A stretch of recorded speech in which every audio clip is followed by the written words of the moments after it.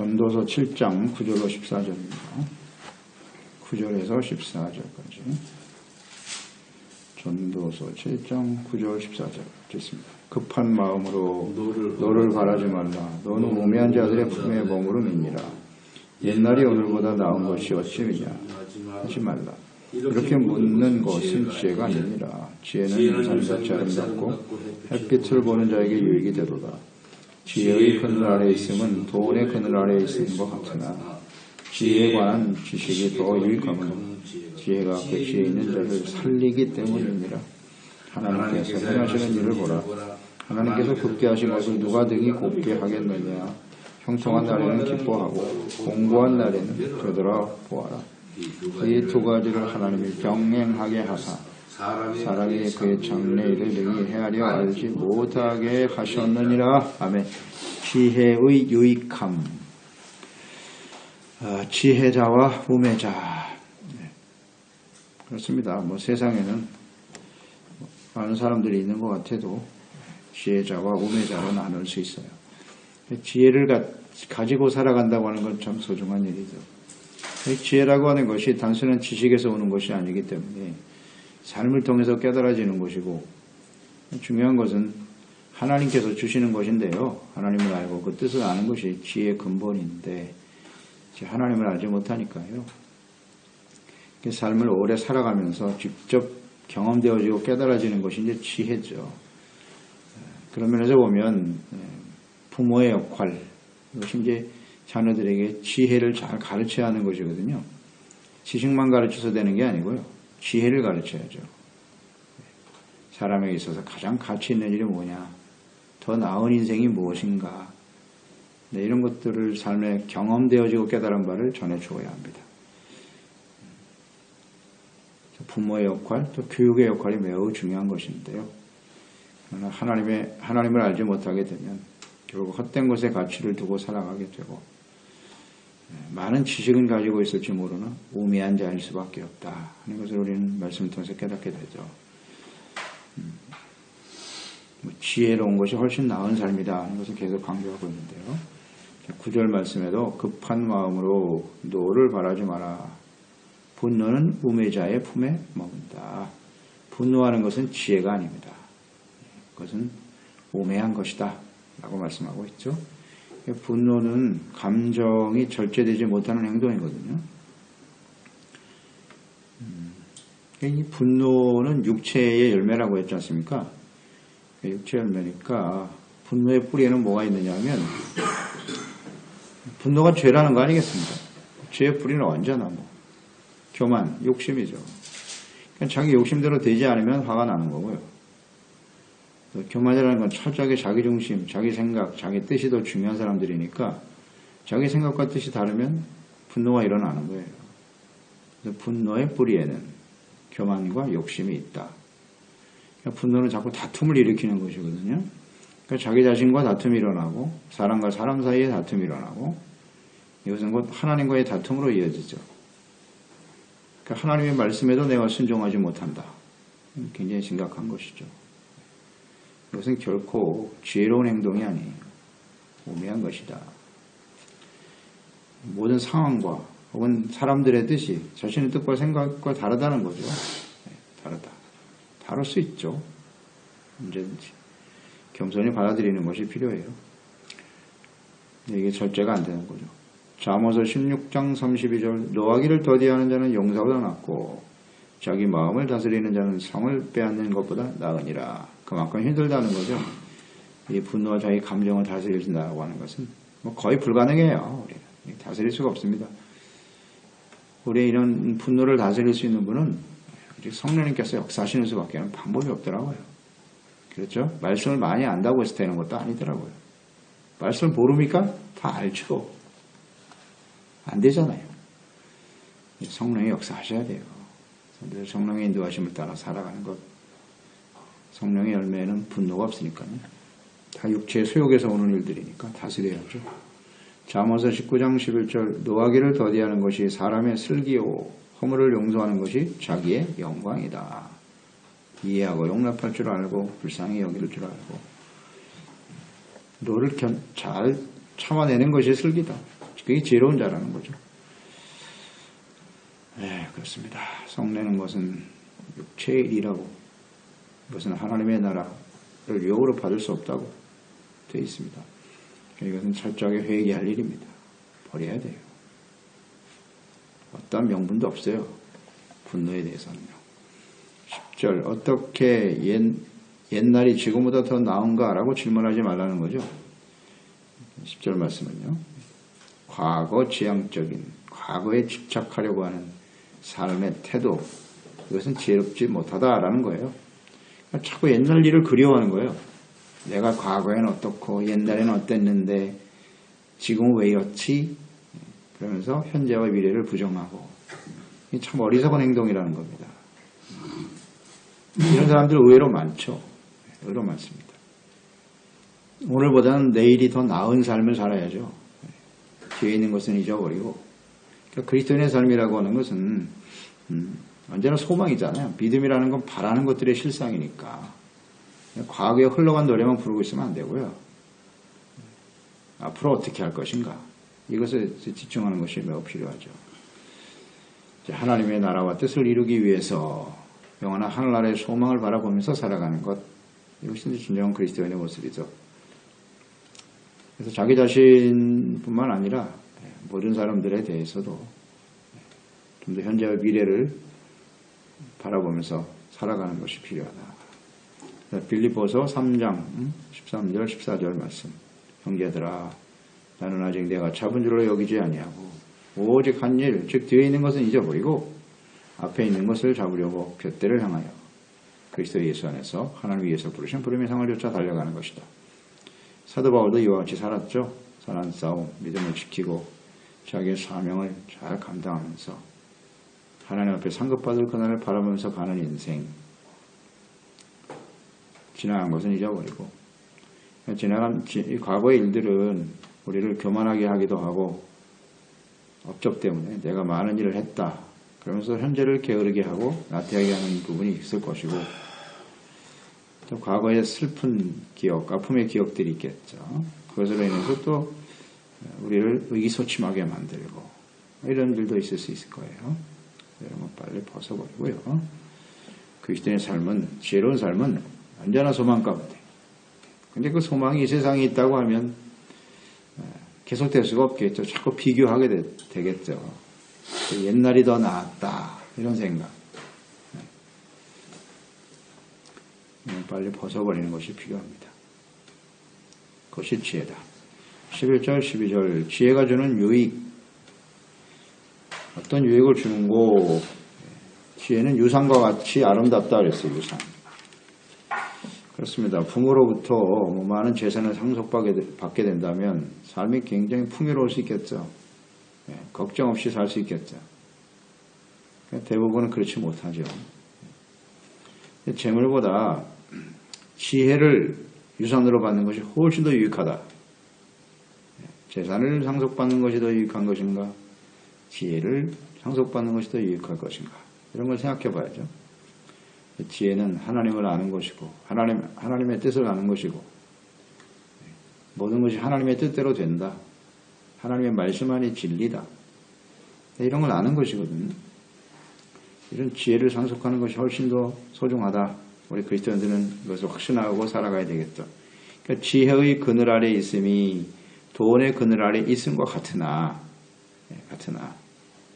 지혜가 더 유익함은 생명을 주기 때문이다. 그렇습니다.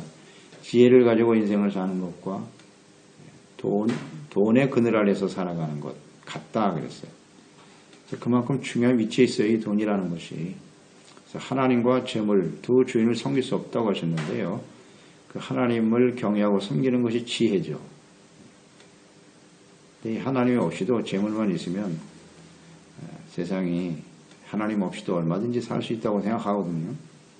오늘날의 세상은 다 그렇게 흘러가는 것인데요. 대부분 다 돈의 그늘 아래서 살기를 원하죠. 그것을 많이 가지고 살아가기 위해서 정말 부단히 노력하고 수고하는 것이고, 그래서 우리 자녀들만큼은 이 돈의 그늘 아래서 풍요롭게 살아갔으면 좋겠다. 이것이 하나님이 없는 일반적인 사람들의 생각이겠죠. 그게 우리에게 유익을 주고 편안함을 줄 거라고 생각하니까. 지혜를 얻는 것, 이것이 훨씬 더 유익하다. 그 차이가 뭐냐면 생명에 달려 있다는 거죠. 살린다 그랬어요. 지혜는 사람을 살리는 거고, 이 살린다고 하는 것은 단순한 육체적인 생명만이 아니겠죠. 돈이 사람을 살릴 수는 없잖아요. 생명을 줄 수는 없어요. 이것은 하나님이 주신 생명, 영적인 생명을 의미하는 것이겠죠.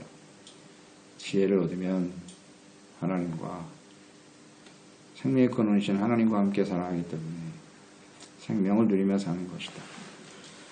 지혜와 재물의 가치, 하나님을 알고 경외하고 섬기는 것. 잠언서 8장에 잘 나와 있죠. 11절에 대저 지혜는 진주보다 낫다. 원하는 모든 것을 이에 비교할 수 없다. 17절 18절에 나를 사랑하는 자, 즉 지혜를 사랑하는 자들이 나의 사랑을 입으며 나를 간절히 찾는 자가 나를 만날 것이다. 부귀가 내게 있고 장구한 재물이 중요하겠죠. 공의도 그러하니라. 지혜를 얻으면 재물, 부귀, 공의, 의가 항상 따라오겠죠. 그럴 때 그것이 장구한 재물이 되겠죠. 재물은 결코 장구하지 않습니다. 잠시 있다 사라지는 거고. 그 지혜를 사랑하고 사모 간절히 찾는 자가 되는 것, 이것이 굉장히 소중한 삶이죠. 가치 있는 인생에서. 그러니까 이 가치에 대한 분명한 인식이 우리 가운데 있느냐 하는 것입니다.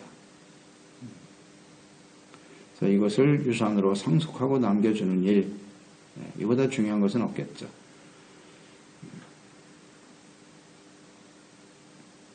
생명을 주는 일이기 때문이다. 그것은 아주 분명합니다. 잠언서 22장에도 나와 있죠. 하나님을 경외하는 자에게 겸손과 하나님을 경외하는 자에게 주어지는 보응이 뭐냐? 재물, 영광, 생명이 같이 따라와요. 하나님을 경외하는 자. 하나님을 경외하지 못하는 지혜와 지식, 재물 결코 우리에게 생명을 줄 수 없죠. 그러니까 지혜는 하나님과 보내신 자 예수 그리스도를 아는 것이죠. 경외하는 것이 지혜인데 예수님을 이 땅에 보내신 하나님의 뜻은 분명하죠. 요한복음 5장 24절 내가 진실로 너에게 이르노니 내 말을 듣고 또 나 보내시는 이를 믿는 자는 영생을 얻었고 심판에 이르지 아니하며 사망에서 생명으로 옮겼다. 생명을 주기 위해서 오셨죠. 하나님의 아들이 인자가 이 땅에 온 것은 생명을 얻게 하되 더 풍성히 얻게 하려 하십니다. 생명의 빛으로 오신 예수 그리스도. 요한복음 20장 31절 성경을 기록하여 남기신 예수께서 이 땅에 오신 목적은 예수께서 하나님의 아들 그리스도이심을 믿게 하려 하며 또 너희로 믿고 그 이름을 힘입어 생명을 얻게 하려 하심이니라 그랬어요. 지혜는 하나님의 말씀이요 하나님 보내신 자 그 아들 예수 그리스도를 믿는 것이죠. 이게 지혜입니다. 그럴 때 생명이 주어지는 것이다. 이것이 훨씬 더 중요하지 않나요? 그런데 오늘날은 이 하나님이 주신 생명보다도 돈의 그늘 안에서 얼마나 더 많은 재산을 상속받고 혹은 상속할 것인가, 이것을 위해서 몸부림치며 살아가죠. 지혜가 없는 하나님을 경외하지 않는 재물은 결코 사람들에게 생명을 줄 수 없어요. 하나님의 생명은 재물로 되는 일이 아닙니다. 그래서 우리는 분명하죠. 오히려 돈을 사랑함이 하나님의 생명에서 떠나게 한다는 사실, 이것은 아는 사람들이죠. 이것이 진정한 그리스도인의 모습입니다. 하나님과 뜻을 알고 예수 그리스도를 믿고 그분의 뜻에 순종하며 살아가는 것, 이게 지혜죠. 13절 14절은 하나님의 절대 주권이죠. 주권을 인정하라. 하나님께서 행하시는 일, 즉 하나님이 굽게 하신 일은 누구도 곧게 할 수 없다. 하나님이 주권을 인정하며 살아가라. 가는 것이 지혜다. 이제 하나님께서 이 굽게 하신다라고 하는 것은 우리의 인생에 있어서 우리의 삶에 경험되어지는 시련과 어려움들이죠. 시련들, 환난들, 곤고함. 14절에 설명하고 있죠. 하나님께서는 형통의 날도 있지만 공고한 날도 병행하게 하셨다 그랬거든요. 그러니까 곧게 한다라고 하는 것은 형통의 날일 것이고 굽게 하신다라고 하는 것은 곤고의 날이겠죠. 하나님께서 우리 인생에 경험되어지는 이런 곤곶게 하는 일, 이것을 사람이 바로잡을 수 없다. 그런 뜻이죠. 하나님이 하시는 일을 거부하거나 부정해서도 안 되고요. 또 우리의 생각대로 바꿀 수도 없어요. 바꿀 수 없습니다. 그러니까 인간의 지혜와 능력을 앞세워서 모든 것을 자신의 뜻대로 할 수 있다고 하는 이런 교만한 생각을 빨리 버려야 돼요. 분명합니다. 하나님이 형통의 날도 공고의 날도 우리 가운데 주신 거예요. 환난과 시련을 만나게 하신다고요. 그런데 왜 하나님은 나에게 공고한 날을 주십니까? 이렇게 자꾸 하나님을 거부하고, 이게 참 어리석은 일이거든요. 왜 이런 일을 나에게 만나게 하셨지? 겸손하게 하라고요. 겸손해지라고. 죄를 깨닫고 회개하고 돌이키라고. 간단하죠. 뭐 어렵습니까? 하나님을 인정하라는 거예요. 자신의 힘과 능력으로 모든 것을 다 할 수 있을 것처럼 교만하게 살지 말고 겸손히 하나님을 믿고 의지하며 살아라. 어렵습니까? 그러니까 여전히 모든 것이 자기의 생각과 뜻대로 되어야 한다는 이 어리석고 교만한 생각을 버리지 못하면 그럼 공고한 날에 분노하게 되는 거예요. 화가 나. 안타까운 일이죠. 이건 하나님에 대한 태도입니다. 잘 생각해야 해요. 공고한 날이 하나님이 허용하시는 것임을 깨달아야죠. 이걸 깨닫지 못하면 하나님은 참 슬프시죠. 마음이 아프고. 그래서 인정하는 것이 대단히 중요하다. 겸손해지자. 잠언서 3장 6절로 7절 아닙니까? 너는 범사의 그를 인정하라. 모든 일에. 그리하면 내 길을 지도하신다. 바로잡아 주신다는 거 아니에요? 스스로 지혜롭게 여기지 말지어다. 여호와를 경외하며 악을 떠나라. 간단하네요. 스스로 지혜롭게 여기지 말라는 거예요. 왜 내 생각과 뜻대로 되지 않느냐 하는 거. 심각한 교만에서 이게 악이라 하잖아요. 악에서 떠나라. 왜 공고한 날이 찾아왔느냐? 떠나라는 겁니다. 하나님 앞에 겸손한 자세로 주님을 믿고 의지하며 살아가는 것이 필요하죠. 스스로 지혜롭게 여기지 말지어다. 하나님이 없는 사람들에 대한, 잘 생각해 보세요. 이 성경은 누구를 위해서 주셨다? 하나님을 믿는 구원받은 자녀들에게 주신 말씀이에요. 여기서 너는 다 하나님 백성들이거든요.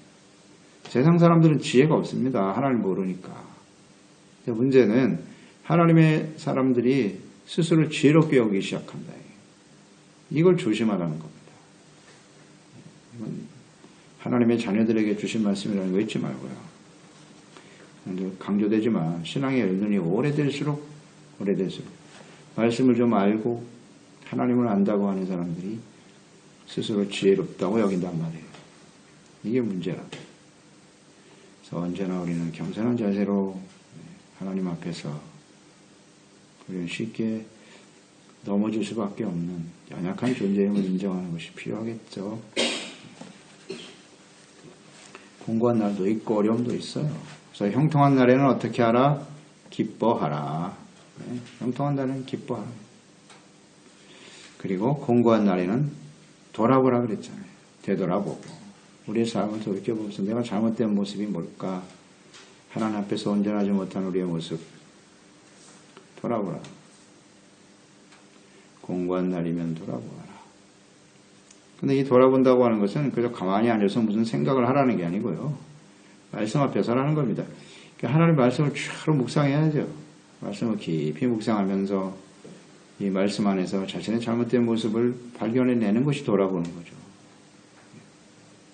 과거에 내가 어떻게 하나님을 섬겼고 내가 어떻게 주님을 위해서 헌신했는데 이러실 수가 있어. 그런 돌아보면 아무 의미가 없고, 그런 건 의미가 없고요. 말씀 앞에서 자신의 삶을 돌이켜. 돌아보라. 회개하고 돌이키라는 뜻이잖아요. 공고한 날에는. 그러니까 형통한 날이든 공고한 날이든 우리에게 시련이 다가오면 하나님의 뜻을 아는 사람들은요. 오히려 기뻐하고 즐거워하라고 하셨잖아요. 이 둘을 병행하게 하셨다는 거니까. 이 공고한 날이 사실은 어떤 면에서 훨씬 더 많죠. 형통한 날보다. 그러니까 항상 기뻐하고 범사에 감사할 수 있는 그 근거가 무엇인가? 하나님의 주권을 인정하라. 이게 다 하나님께로부터 주어진 것이고 하나님은 우리를 사랑하시고 또 하나님은 공의도 갖고 계시고 하나님에 대한 깨달음, 지혜가 있는 사람은 그래서 감사하고 기뻐할 수가 있는 겁니다. 그래서 이렇게 한번 잘 묵상을 해보세요. 공고한 날 기뻐, 형통한 날은 기뻐하고 공고한 날은 돌이키는 이런 삶을 우리가 살아간다면 공고한 날에 우리가 자신의 삶을 돌이키고 하나님 앞에서 겸손해지고 지금까지 살아온 것이 다 하나님의 은혜임을 깨닫고 감사하게 된다면 공고한 날이 뭐가 되겠어요? 형통한 날이 되는 거죠. 이런 게 지혜죠. 공고한 날에 분노하고 원망 불평하고 좌절하고 낙심하고 절망하며 사는 사람과 공고한 날에 회개하고 돌이켜 하나님의 은혜를 생각하며 기뻐할 수 있다면 공고한 날이 형통한 날이 되는 거죠. 그렇지 않습니까? 기뻐하고 돌이켜라.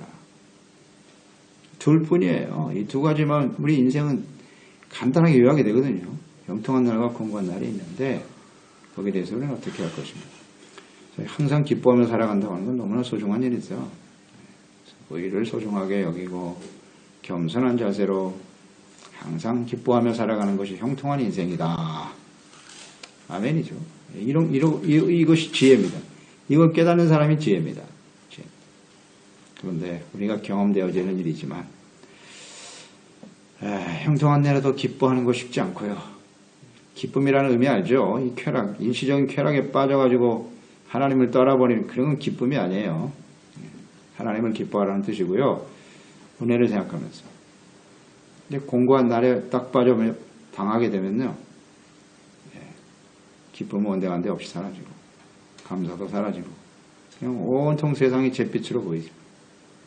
이게 안타까운 일이에요. 하나님 앞에 돌아서면 되는 거예요. 겸손해지면 사는 거예요. 은혜를 감사하면서 기뻐하며 주를 섬기는 종들이 되어야 하겠죠. 그렇습니다. 하나님 아버지, 오늘도 말씀을 통해서 우리에게 지혜를 얻게 해주시니 감사합니다. 지혜란 하나님을 아는 것이죠. 하나님의 뜻을 아는 것이고요. 이 하나님의 뜻을 깨달아 하나님 말씀은 또 진리라는 거예요. 이 모든 하나님의 말씀이 모든 시대의 모든 사람들에게 다 적용이 되는 말씀임을 우리가 깨닫고요. 주님의 말씀을 쫓아 겸손히 행하는 저희들이 되기를 바랍니다. 우리의 삶에 형통한 날도 있지만 공고한 날도 있죠. 이런 일을 우리가 당할 때마다 분노하고 원망, 불평, 절망하기보다는 하나님께 늘 감사하고 겸손해지면 되거든요. 겸손한 자에게 은혜를 주시면 그것으로 인해서 감사하고 찬양하고 과거보다는 앞으로 되어질 하나님의 영광에 참여한 그날을 바라보면서 하나님 앞에 소망 가운데 즐거워하며 기뻐하며 감사하며 우리의 모든 날들을 정말 주님 안에서 형통한 삶으로 만들어가는 지혜로운 종들이 되게 하소서. 예수님의 이름으로 기도드리옵나이다. 아멘. 전도서 7장 9절로 14절입니다.